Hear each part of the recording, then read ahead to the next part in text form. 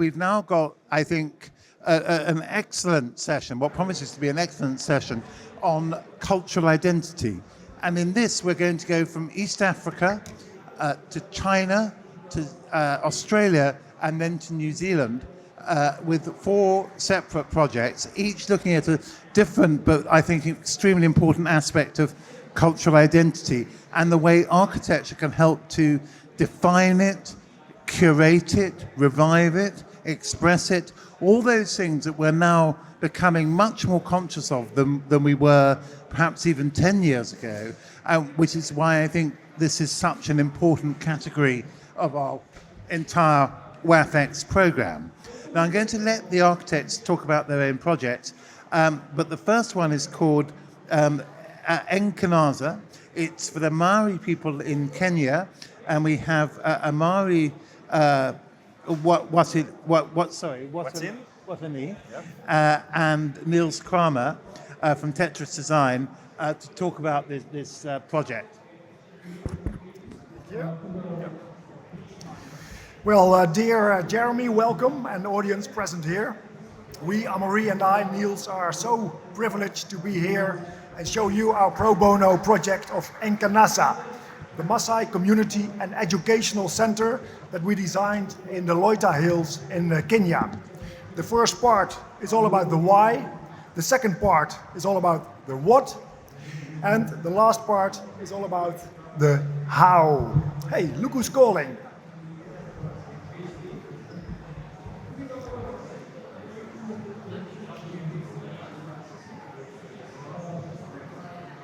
Maasai community leader in Kenya. Together with my Dutch wife Manon, I live in an area called the Loita Hills and Plains. For the Maasai people, nature is the pillar of life and strongly connected to our culture. Our community has a great knowledge about medicinal plants that coexisted with the wildlife. During the past 5 years, we have witnessed how quick nature and our Maasai culture is disappearing around us. Our precious natural land is being demarcated, sold to investors, cultivated, and surrounded by fences and barbed wire. Our semi-nomadic tribe, who depend on livestock, does no longer have access to water and grass for their cattle. Also, wildlife like giraffes, zebras, elephants are getting stuck in the fences, and their habitat is getting smaller day by day. Therefore, we reached out for help to empower the Maasai community and sustain nature and our culture, which are vital for our future existence. We found collaboration with JLL and Tetris to design and build a Maasai community and cultural center, which we call Enkanasa. We are very grateful for their help, and it gives us hope that our culture and ancient wisdom about nature can be forwarded to the future generations. Amaury and Niels will now explain to you what their vision is, how to best create a center, and how we plan to create that together for the sake of our culture and community in the daylight of tomorrow. Thank you very much, Chief Sankale, for explaining us the why of this great project. We can now dive a bit more in what Enkanasa is all about. And actually, during our first meeting with Chef Sankale Olentutu, he told us a community without a culture is no longer a community. So we can just think about it for a few seconds. And the main question we aim to solve as designers and architects is, what kind of community and culture do you feel you belong to in your daily lives? Think about that. We consider this, especially after the pandemic, when creating environments that reflect our clients' cultural and communal needs. So how can architectural design support a sense of community? So that's probably by creating spaces that will promote connection, interaction, belonging through the accessible areas, through communal spots and shared facilities, which are all designed to encourage the social engagement. The design reflects cultural, social, and environmental values, prioritizing sustainability, safety, and aesthetic harmony while balancing collective life with individual needs. Culture is key in community design, encompassing everything a group thinks, says, does, and makes. It's all passed through generations. And to build culture, we must bring community back into the workplace, just as what is important for the Maasai is equally important for us in workplace environments. So despite the differences, the Maasai and the corporate communities, they both value collaboration, structure, and shared goals. And as workplaces are shifting towards more purpose-driven teams, the Maasai sense of unity and communal living offers relevant insights for fostering belonging and purpose in the modern work environment. So it's a bit long for the theory, so we can really dive now in how we make this co-creation live. So together with Chief Sankale and his community, we co-created 3 conceptual designs, which included their program of requirements. As part of the design process, the 3 concepts were explored. All of these 3 designs are based on the 4 elements of nature: earth, water, fire, and air, plus a very important 5th element, culture. The first concept is based on their traditional village. The second concept is based on the lion's paw, the humble trace. And the third concept that was resonating most was embrace. Embrace means womb in Maasai language and is called Enkanasa.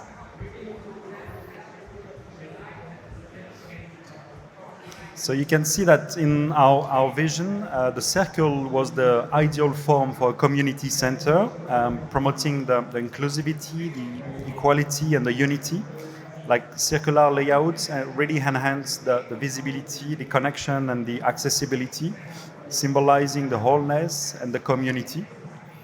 And as a top view here, as a circular design, like an embrace, which really fosters the togetherness and the inclusivity, making everyone feel valued, including the Maasai. So we also apply those kind of similar principles when we design corporate work environment globally. Our Enkanasa design, like an activity-based work environment, starts with a 2-dimensional floor plan, just a 20-centimeter high circle with an entrance. It includes facilities for a community, whether for a skyscraper here in Singapore or an educational center in Kenya. Enkanasa includes a workshop and meeting area for women, a communal kitchen to be used during ceremonies, an office for Chief Sankale and rangers to discuss flora and fauna preservation, a cultural space for Maasai artifacts, including a library, a classroom to educate the community youngsters. There's 2 rooms with bathrooms for rangers and other visitors, some communal washrooms, an amphitheater for the gatherings of the chiefs and the elders, and a central fireplace for gathering and ceremonies, the beating and burning heart of it all. And then we design a kind of outer wall, which serves the center's outer border, but also functions as a kind of playground for kids and animals, with gaps in between to allow the wind to flow freely, really symbolizing the embrace concept. And we've added as well a grid of wooden poles as a base for the roofing system that will finish the center. So we designed Enkanasa to blend naturally into the landscape, ensuring sustainability by involving the Maasai in its creation, its building, and maintenance. And this collaboration really deepened our understanding of fostering community, even in urban areas. Sustainable features like solar power, a biogas installation, a borehole, and windmills were integrated. Rather than a flashy structure, we focused on a community center the Maasai could build and sustain themselves. So all the material will be locally sourced with termite-treated wooden poles and earth wall over a kind of metal mesh structure. The design will include as well some handcrafted elements from the community, really respecting the nature and utilizing some existing trees around for the shade. So this really completes the circle of co-creation, collaboration, and community, and that will address the global cultural challenges in the daylight of tomorrow. Yeah, and to finish, we like to share with you another example of very wise lesson which we learned from Chief Sankale. We asked when the community center should be finished, and he thought for a long moment, and then he answered, when you guys are ready, but most important, when nature is ready. And that's another proof of the fact that we did not only collaborate with the Maasai to help them out, but more a sign that the Maasai collaborated with us to share their great ancient wisdom and lessons in communal life that are truly important. So thank you, or as the Maasai say in their language, Ashe Oleng. And let's, for the rest of the time, enjoy some nice artist impressions.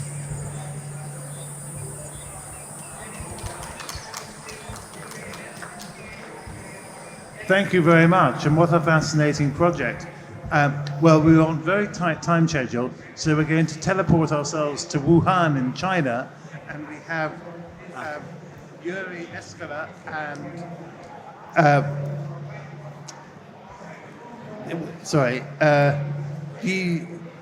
Yiping Wang to tell us about the Wuhan Opera Art Center.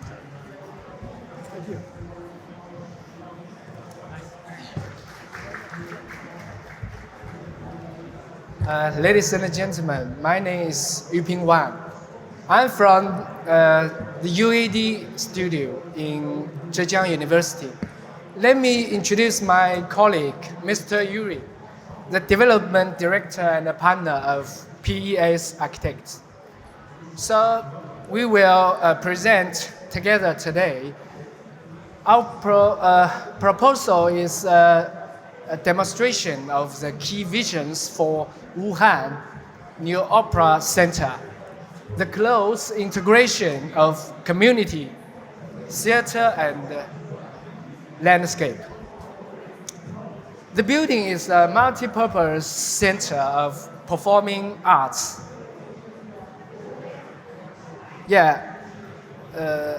Designed especially for Chinese opera.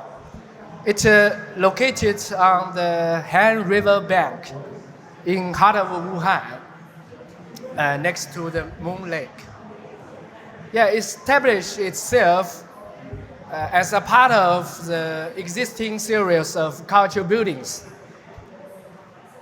connecting the Qingtai Grand Theater on its east side and the Qingtai Art Museum on its west side. By expanding the existing landscape as part of the building, it merges with both the lake and the river to make a waterfront cultural landscape. Wuhan is a city of water, and its history is deeply rooted in water. The Han River traversing Wuhan is known for its mountains. It all started with this image and one poem. 曲中人不见，江上树风轻. So on the first site visit, the proximity to the water that attacked us. So there was a desire to have strong vision, identity, and connectivity for birds, river, and lakeside. That responds to the program. This sketch, we developed a rigorous process to the concept we are presenting today. So It's a challenge to find another city like Wuhan, so profoundly shaped by water. Once on the edge of the ancient Yunmo Marsh, humanity activities gradually transformed into the current landscape of 1,000 lakes. Yeah, the next we will, my colleague. Do a change. So the site is indeed unique, situated on this narrow strip of land with water on both sides. The need for connection between the two axes and between the two sides with the neighboring buildings as well led to the idea of a fully porous and airy first floor. To achieve this airiness, we are pushing the supportive spaces underground and lifting the performance spaces up to create this undulating lateral passage across the site. Inspired by the Taihu Lake stones, typical to the area, we imagined these connections as a flow of water, carving into the rock and shaping our building from the inside. These early sketches and 3D modeling show the semi-outdoor internal landscape that began to form from the ground floor of the building. This internal landscape developed into a covered park and activity plaza, resulting in a sectional design that you see on the right, where people are able to laterally cross through the passage connecting the two waters. The overall porous layout of the ground floor allows guests to naturally move flexibly through the building or access it from the glass bubbles that you see on the right. The internal landscape is an extension of the services of the building, displaying its activities, coffee house, pop-up functions, terraces open to the public around the clock. It is a cultural, social, commercial hub for the community. The combined design idea results in an architectural expression that is in constant dynamic flux and wishes to integrate art, activity, landscape, and people, while also creating an unusual but useful semi-urban space that is suitable for pop-up events, outdoor cinema, fashion show, or music concerts, understanding also the economic reality of this kind of performance building, while preserving the architectural desire and the need for transparency. Beside nature and natural elements in the form of water and water flow, we took inspiration from history and tectonic dynamics of the flow of Chinese opera show. The exterior massing and the facade of the design takes representative elements from the thousands-year history of Chinese opera. It uses faces, hand gestures, and folding fans as inspiration, creating the dancing appearance of the massing and the semi-see-through quality of the facade, creating a play of light in the interiors. This is achieved by alternating ceramic and glass louvers. And you can see the play of light in the interiors here, and and it's continued in the foyer of the multifunctional spaces as well. The brief required equal performance spaces for 3 opera troupes. We arranged these spaces in a row, 20 meters in the air. Each team is equal, and they are able to operate independently of each other because of the vertically stacked theater hall functions. The Opera Art Center hosts 3 major troupes of Chinese opera, Han, Jing, and Shu, each with their independent hall and shared exhibition space. The individually decorated 3 halls of the building reflect the style and characteristics of each troupe, and the space itself pushes the boundaries of performance art, as each hall stage can be opened towards the Han River, essentially creating a unique performance space where the city itself functions as a backdrop for the shows. The dynamic movement of traditional Chinese opera is a recurring element in our design. It has also provided inspiration for the undulating timber structures of the main opera space. Our dream was to conceive a building that simultaneously blurs the boundary between building and environment, taking design cues from the history of the craft, and to treat this project not as a building but more of a landscape, a continuation of a communal memory that invites you to walk along a riverside path or lake path on a journey to arts. Thank you very much for your attention. Thank you, and plenty to hold for discussion there. We're now going to hear from Barrington Gons and Yefa Greenaway about the First Nations Centre in the University of Technology, Sydney. So we've moved from Africa to China, now we're going south to Australia.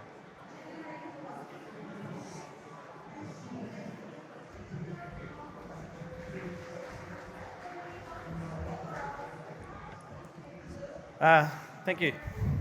Yama Malia. Hello, friends. As is customary in protocol, we acknowledge that the project that we're talking about is located on the unceded sovereign lands of the Gadigal people of the Eora Nation.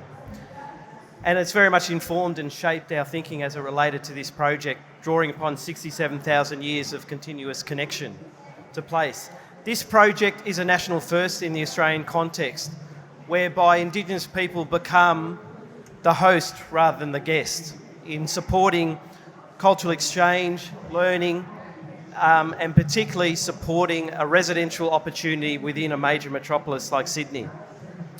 Significantly, it really supports the needs for people to flourish, particularly First Nations student cohort, through our 250-bed facility, really supporting that ability to grow and evolve within a major metropolis.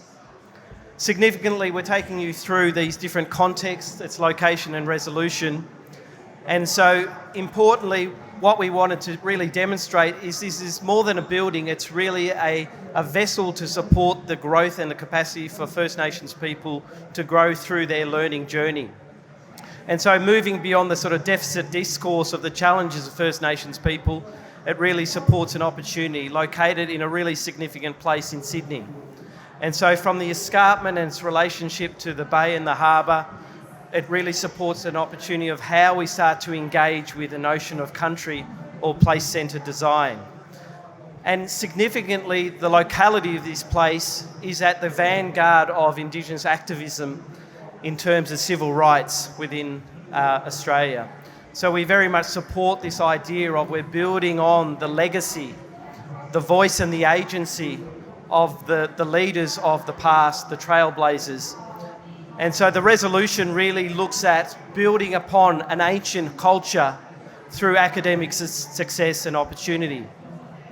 And so the vision was really to become a beacon, a place of gathering and connections where First Nations people come together from regional, remote and rural settings as well as in an urban environment to thrive. And so the way in which we've organised and positioned this is through these key pillars of identity, a place and a college that speaks, connectivity, where it's the living, breathing affirmation of culture, and through sustainability and, importantly, how the building breathes.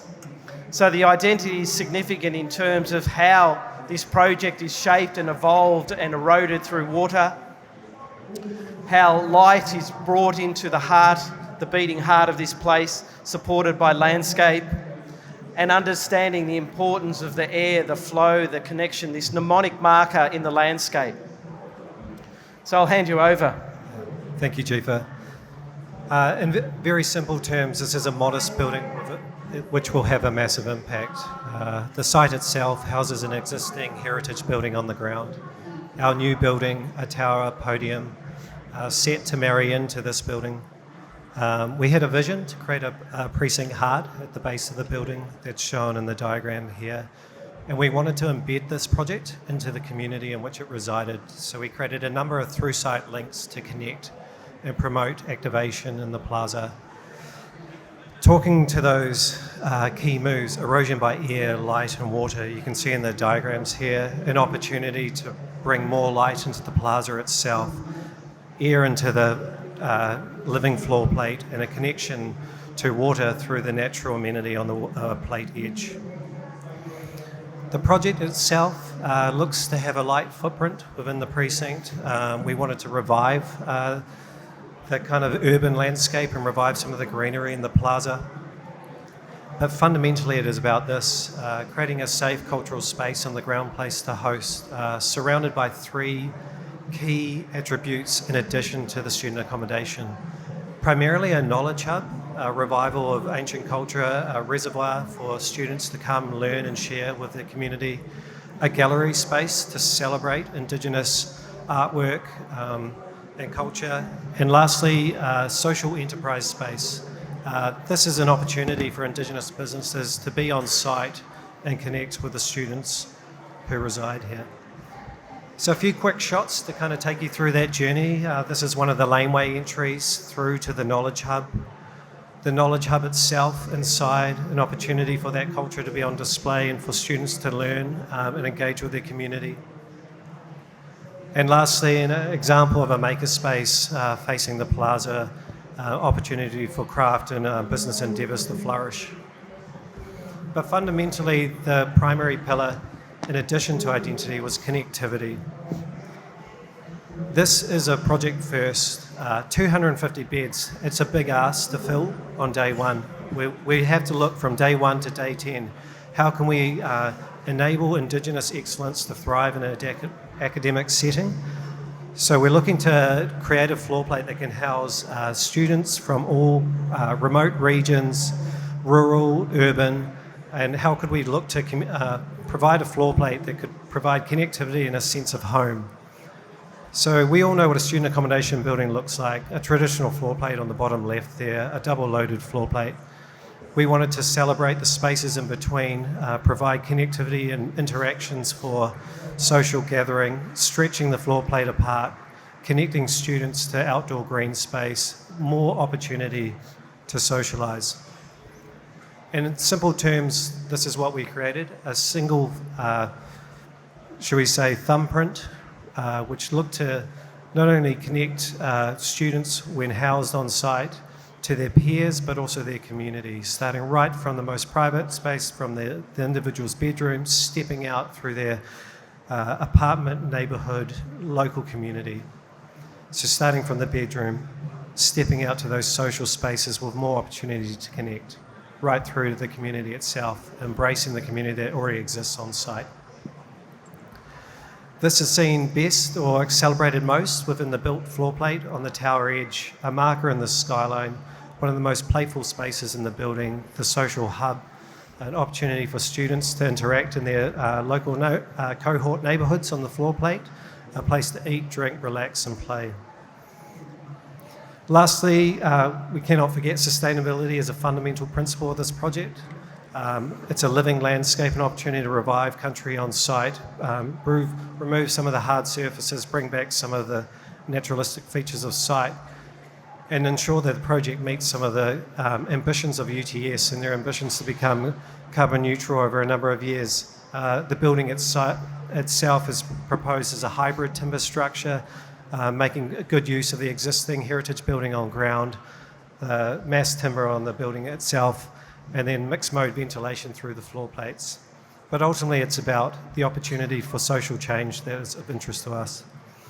So using the metaphor of the possum skin cloak, it's a high-performing facade. It's enveloped by culture. You are being protected, creating cultural safety as an opportunity to really understand and catalyse the ability of education as a way of emancipation.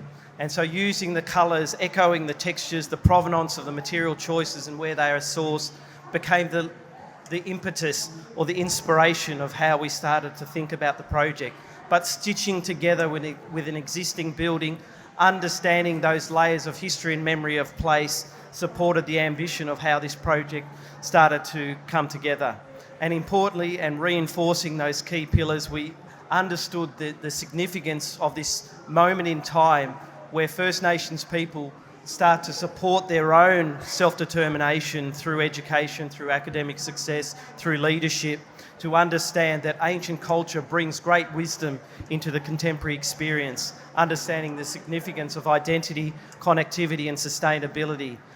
So certainly this is a really important project for the city, for culture, for connection, for community, understanding the ability of architecture to unpack the capacity to flourish and to grow. And so for us, this becomes an exemplar model, a national first, an international opportunity to engage with conversations of deep meaning and deep connection. Mari Yanaya, go well. Thank you. Thank you very much. And again, a fascinating project with lots to hold over for discussion. But we're going to move a little bit east to Auckland in New Zealand to hear about the Auckland Stadium from Andrew Colling and Joshua Toyle of HKS.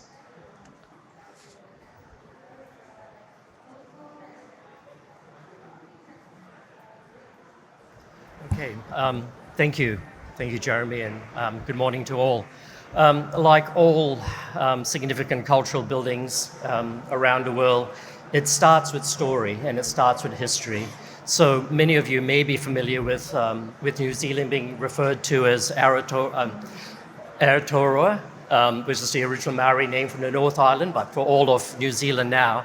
But maybe less familiar is the name for Auckland, which is a beautiful city on a harbour. And in Maori, it's Tamaki Maha Rawao.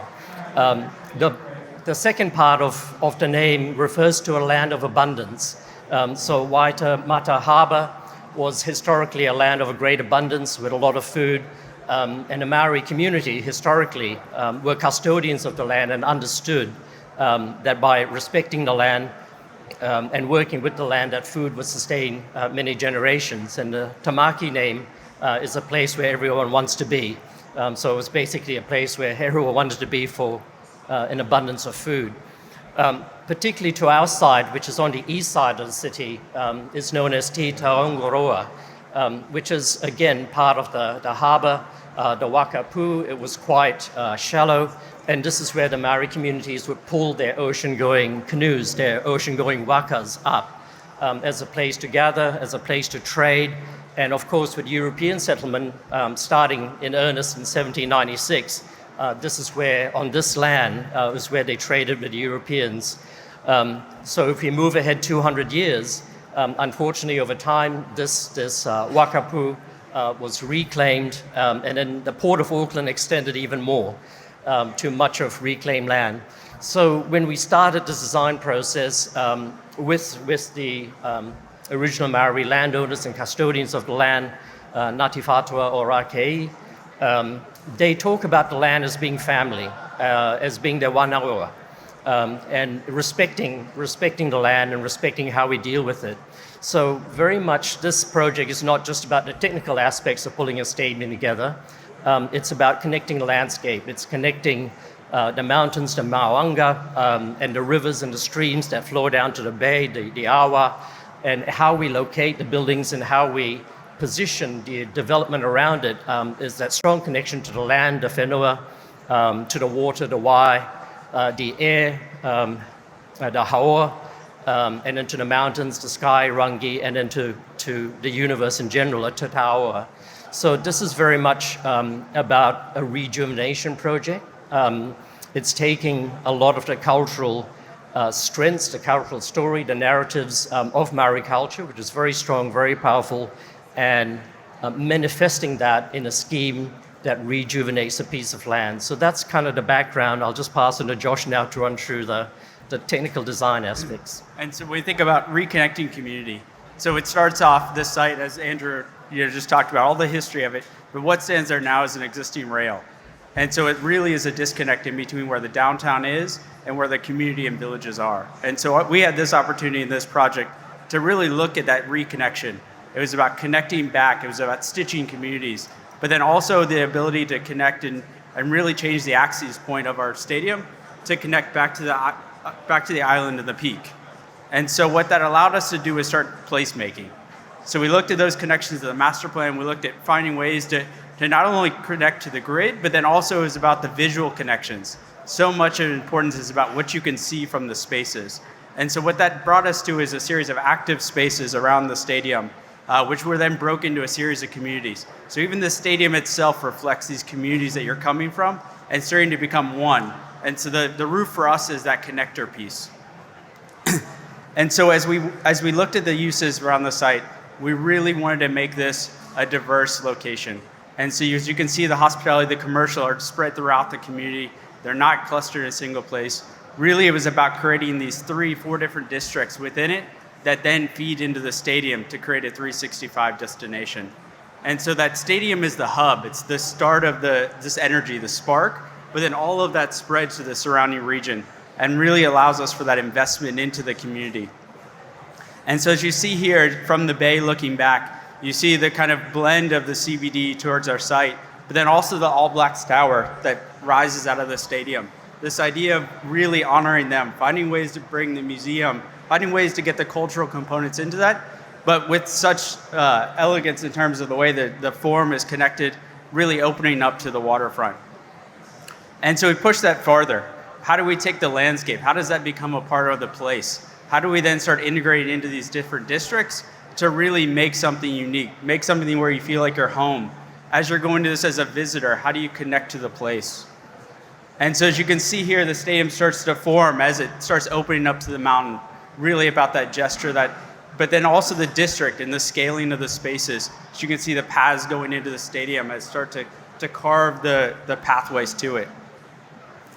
And for us, it was about embracing that tradition. How do we then grow from the basis of that? How do we then take that beyond kind of just the traditional and really push them to the future? And so that was really a study of patterns and how we start to evolve those. The idea of what the lines, the circles, the really lifeline that starts to create and tell a story, and then bring that into a roof structure. Finding ways that we're able to use the materials of the local mountains and bringing those to the stadium. So the stone is the base of the stadium and that connects to the earth. The roof and the canopy over the stadium becomes the connection to the sky. Really an opening that allowed us to push boundaries to create the largest mass timber roof on a stadium in the world right now. Working with engineers, working with our local partners, finding ways to use the local materials, but then also pushing farther. How do we then use that for water? Flooding is a major issue on the site. How do we then find ways to reuse that, bring it into the discussion? And so you can start seeing the composition of the tower, and what that does is it rises out of the ground, as well as the roof and the form of the ground. So as we go along Key Street here, you see the All Blacks Tower, the museum, the plazas start being covered. But really it's about that grand opening space, this public plaza that's connected to the site. As we start going into the district, you start seeing the streets. The stadium's active on the frontages, so no longer just about a gateway, no longer just about gates and a separation, it's about connections. It's about ways that the rooftops start having those views back over the CBD and the stadium, as well as the public spaces, which accounts for 40% of the site, connecting to the overall project. And so as we started thinking about how that scales down into the actual spaces within the stadium, it was about curating the experiences. It was about finding ways to not just make it about a product letter that you're going to a single space as you go to the stadium. It's about how to really blend this experience. How do you find ways to move through it as a social experience? How do you find ways to connect fans to it? And what really helped us drive this was we have 5 home teams that are going to play here. So it's not just for the All Blacks. It's how do you scale a 50,000 seat stadium to 20,000 so that it feels active, it feels connected, all the way to a 100-person event for the community that could happen within the stadium. And so it pushed us. It pushed us to find ways to really kind of have the